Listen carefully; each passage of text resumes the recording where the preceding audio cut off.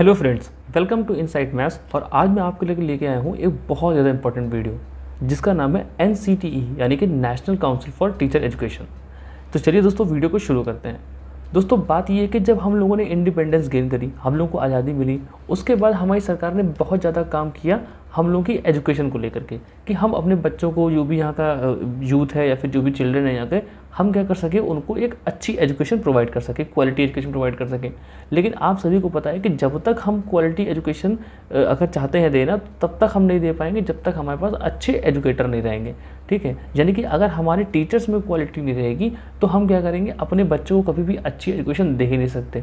ठीक है, तो इसी बात को ध्यान रखते हुए क्या हुआ, एक बॉडी बनाई है जिसका नाम है NCTE यानी कि national council for teacher education. ऐसी काउंसिल या फिर ऐसी वो काउंसिल बनाई गई जो क्या कर सकती हो, टीचर्स को एजुकेट कर सकती हो, ट्रेनिंग दे सकती हो। ठीक है, लेकिन हुआ क्या कि जब ये बॉडी बनी थी तब ये इंडिपेंडेंट बॉडी नहीं थी। ठीक है, तो हम लोग आज इसी के बारे में बात करने वाले हैं। देखिए यहाँ पर सबसे पहले हमारे पास है, ठीक है, national policy of education and programme of action. 1986 में क्या बना था, नेशनल पॉलिसी ऑफ एजुकेशन आई थी, और उसको जब रिवाइज किया गया था 1992 में, तो उसी को क्या बोला गया, प्रोग्राम ऑफ एक्शन बोला गया। तो इन दोनों ने बोला कि ये जो NCTE हम लोगों ने बनाया है, national council for teacher education बनाया है, उसको हम क्या करेंगे, एक इंडिपेंडेंट बॉडी बनाते हैं, या फिर क्या है, स्टैच्यूटरी स्टेटस देते हैं। क्या है मतलब इसका, कि हम उसको मतलब किसी के अंडर नहीं रख करके उसको इंडिपेंडेंस दे देते हैं ताकि वो अपने तरीके से काम करें। ठीक है, NCTE जो है हमने पहले ही बना ली थी, लेकिन वो पहले NCERT के अंडर एक डिपार्टमेंट में ही रहती थी। उसका काम ये था कि वहाँ पर वो एडवाइस दे, थोड़े बहुत रिकमेंडेशन दे, लेकिन वो खुद से इंडिपेंडेंटली कोई भी एक्शन नहीं ले पाती थी। ठीक है, तो इस नेशनल पॉलिसी ऑफ एजुकेशन 1986 में और प्रोग्राम ऑफ एक्शन 1992, इन दोनों ने रिकमेंड किया। ठीक है, बोला कि भैया जो है हमारी NCTE है उसको एक मतलब इंडिपेंडेंट स्टेटस मिलना चाहिए। ठीक है, और उसको इंडिपेंडेंस स्टेटस देने के लिए क्या बना, एक NCTE एक्ट 1993 बना। ठीक है, इस एक्ट के अंदर क्या हुआ, 17 अगस्त 1995 को, ठीक है, 17 अगस्त 1995 में क्या हुआ, इस NCTE को हम लोगों ने क्या, एक इंडिपेंडेंट स्टेटस दे दिया, यानी कि स्टैच्यूटरी बॉडी बना दिया। ठीक है, इससे पहले 1995 में NCTE पहले भी था। ठीक है, NCTE ऐसा नहीं कि हमने 1995 में बनाया, नहीं। ठीक है, NCTE 1973 से ही एग्जिस्ट कर रहा था, लेकिन वो NCERT के अंडर में आता था।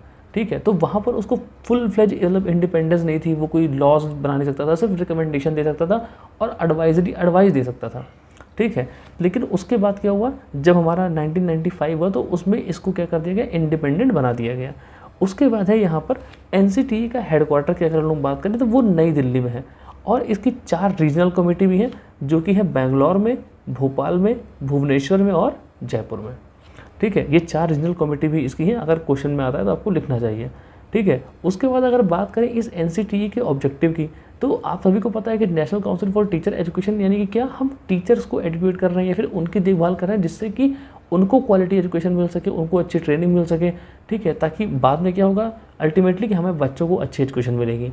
तो इसी के इस NCTE के कुछ ऑब्जेक्टिव्स हैं, जिनमें सबसे पहला क्या है, achieve planned and coordinated development of teachers.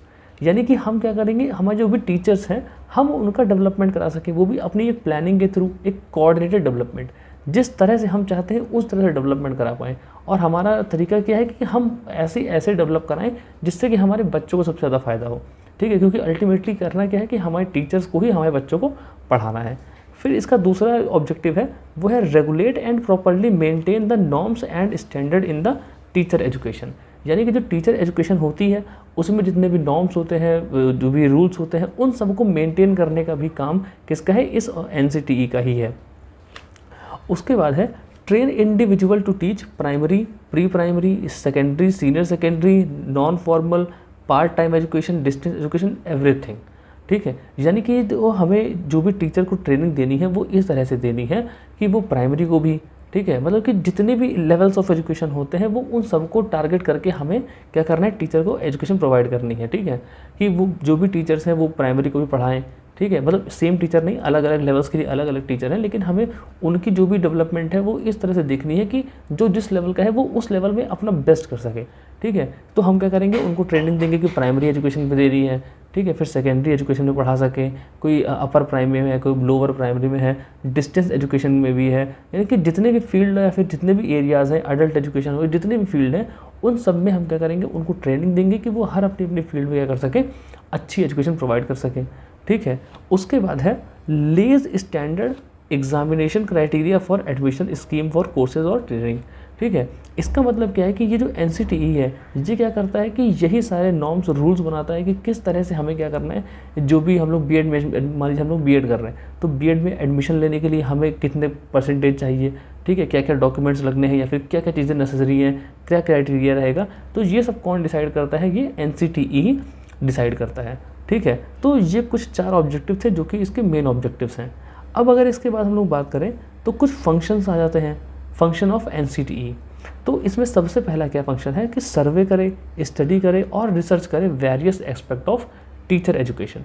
ठीक है। यानी कि टीचर एजुकेशन में ये नहीं कि हमने बस बना दिया, एक बार रूल्स रेगुलेशन बना दिए, नॉर्म्स बना दिए तो उसको वहीं पर छोड़ दें, ऐसा नहीं है। हम क्या करेंगे, उसको टाइम पे स्टडी करते रहेंगे। ठीक है। उसका सर्वे करते रहेंगे, जो भी हम नॉर्म्स बना रहे हैं, रूल्स बना रहे हैं, गाइडलाइंस बना रहे हैं, वो कितनी इफेक्टिव है, कितनी नहीं है, उन सब का भी हमको मतलब कि जानना है, ताकि हम उसको अच्छे से क्या करें, इनोवेट कर सकें। ठीक है। तो ये इनका पहला क्या है कि सर्वे करना, स्टडी करना, सब चीज़ें होती रहती हैं। दूसरा क्या है, गिव रिकमेंडेशन टू CG यानी कि central government, state government and UGC etcetera for teacher development. फिर इसमें बताया गया कि ये क्या करेगा, जो हमारा NCTE है ये कुछ रिकमेंडेशन भी देगा सेंट्रल गवर्नमेंट को, स्टेट गवर्नमेंट को, UGCs को, कि किस तरह से आप टीचर डेवलपमेंट को और प्रमोट कर सकते हैं या फिर अच्छा कर सकते हैं। ठीक है। उसके बाद है वही coordinate and monitor. Coordinate and monitor का मतलब क्या है कि जो भी ये बनाएंगे गाइडलाइंस वगैरह, उसको ये टाइम पर मॉनिटर भी करेंगे, चेक भी करेंगे कि सब कुछ फंक्शनिंग सही है या फिर नहीं है, जो भी हमने रूल्स बनाए उसको कुछ फ़ायदा हो भी रहा है या फिर कोई ड्रॉबैक निकल आया है, तो ये सब चीज़ें भी क्या करेगा, यही मेंटेन करेंगे, ये इनका फंक्शन है।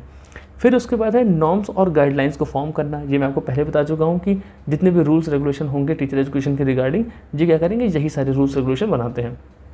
फिर उसके बाद जो एक मेन चीज़ है वो ये है step to prevent commercialisation of education. इसका मतलब क्या है कि ये लोग ही कंट्रोल करते हैं कि जो शिक्षा है उसका मतलब कॉमर्शलाइजेशन ना हो जाए, मतलब कि वो धंधा टाइप का ना बन जाए। ठीक है। क्योंकि जो एजुकेशन है वही एक ऐसी चीज़ है जो मतलब बहुत नोबल चीज़ है। ठीक है। आपने वैदिक एजुकेशन में पढ़ा भी होगा कि जो एजुकेशन थी उससे पहले कैसा मानते थे, एक नोबल कॉज या फिर होली ड्यूटी के रूप में माना जाता था। ठीक है। लेकिन आज आपको पता ही है कि इसका एकदम धंधा, कहीं भी जाइए आप, इसका व्यापार चलता है। ठीक है। तो ये जो NCTE है ये इसको मतलब ऐसा देखती है कि जो भी एजुकेशन है वो क्या हो, एक मतलब नोबल कॉज हो। ठीक है। उसको मतलब ऐसा नहीं हो जाना चाहिए कि बस हाँ ठीक है पैसे कमाने का एक जरिया है।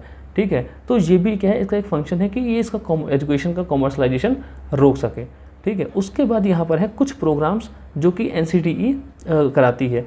ठीक है। प्रोग्राम्स का मतलब क्या है कि किस तरह से हम टीचर्स को एजुकेट करेंगे या फिर टीचर को ट्रेन करेंगे। जैसे कि इसमें है DPSE है। ठीक है। उसके बाद DLED हो गया, आपका डिप्लोमा इन एलिमेंट्री एजुकेशन हो गया, फिर बैचलर इन एजुकेशन है। ठीक है। इस तरह से जितने भी कोर्सेज आपके होते हैं वो सारे के सारे क्या है, प्रोग्राम हैं जो कि NCTE रन करता है ताकि वो टीचर्स को ट्रेन कर सके। ठीक है। यहाँ पर देखिए लिखा है DPSE है। ठीक है। फिर DLED है, BLED है, B.Ed है, DPED है, यानी कि डिप्लोमा इन फिजिकल एजुकेशन हो गया। इस तरह के जो भी कोर्सेज जो हमारा NCTE रन करती है और गवर्न करती है, वो सारे के सारे क्या हो गए, ये प्रोग्राम्स वो होते हैं NCTE के द्वारा। ठीक। हम जो भी B.Ed करेंगे, DLED करेंगे, ये सभी चीज़ें किसके अंडर आती हैं, NCTE के अंडर आती हैं। तो फ्रेंड्स मुझे लगता है कि आप ये अच्छे से समझ गए होंगे। इसमें ज़्यादा कुछ वैसे तो प्रॉब्लम वाला टॉपिक था भी नहीं, फिर भी मैंने कहा वीडियो बना देता हूँ। ठीक है। अब आपको ऐसे ही मेरे ख्याल से 4 से 5 वीडियोज़ और मिलेंगी, जिसके बाद आपके लगभग 11 से 12 क्वेश्चंस कंप्लीट हो जाएंगे और मुझे लगता है कि उसमें से लगभग 4-5 क्वेश्चन तो फंस जाने चाहिए आपके एग्ज़ाम में।